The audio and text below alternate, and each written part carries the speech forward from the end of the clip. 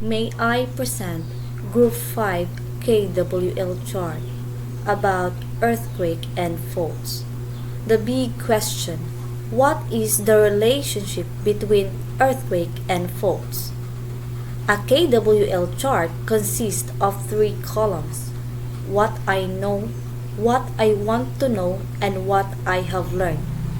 Each of the group members will present their own KWL chart. Good day, everyone. Today, I am going to present the data of our KWL chart. I'm going to demonstrate what we have made up. Okay, so here we have preferred a topic all about science, and a very broad or the big question is, what is the relationship between faults and earthquakes?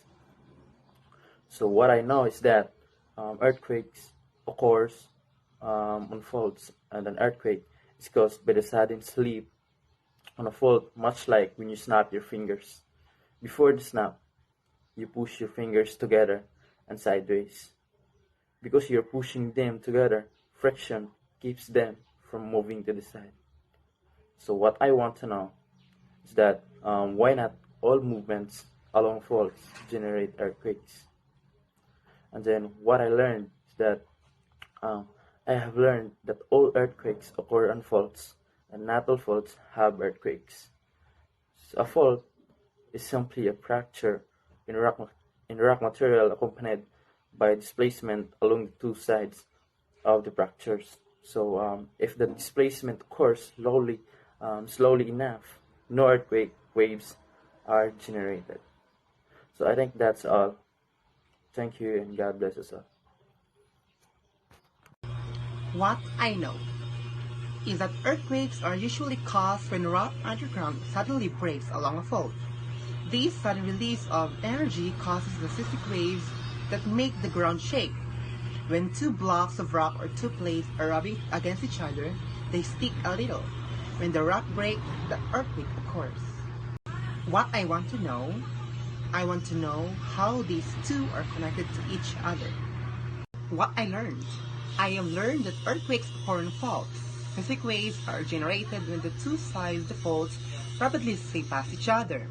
For most earthquakes, the faults do not break the surface, so the faults can be seen only through analyzing the seismic waves. Faults can be anywhere from meters to 1,000 kilometers long. As far as I know, earthquake is the shaking of the surface of the earth resulting from a sudden release of energy in the earth's lithosphere that creates seismic waves. It happens when two blocks of the earth suddenly slip past one another. The surface where they slip is called fault or fault plane. Wherein a fault is a fracture or a zone of fracture between two blocks of rock. I want to know what are the different types of faults and how this affect earthquakes.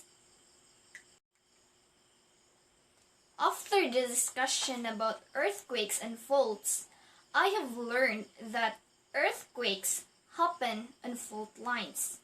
Normal earthquakes happen on normal faults. Strike-slip earthquake happen on strike-slip faults, and the thrust earthquake happens on reversed fault. And when an earthquake strikes one of these faults, the rock on one side of the fault slips relative to the rock on the other. And the fault surface can be vertical, horizontal, or at angle to the earth's surface. And the direction of the slip may also be at any angle. Science topic: the earthquake and faults. The big question: what is the relationship between earthquake and faults? In what I know section, since elementary, I know that an earthquake is the sudden movement or shaking of the ground, and a fault is the crack in the earth's crust. In what I want to know section, I want to dig deeper on why, if there is a fault, there will be a big possibility to experience earthquake. In What I Have Learned section, with the help of online sites related to earthquakes, I learned that earthquakes are associated with faults. When a fault moves, an earthquake occurs. Also, it is important to know the location of active faults to avoid building houses or buildings near that area. Furthermore, Favox has a map that shows active faults in the Philippines. Hello, good morning everyone. My name is John Reyes and I will share to you my KWL chart.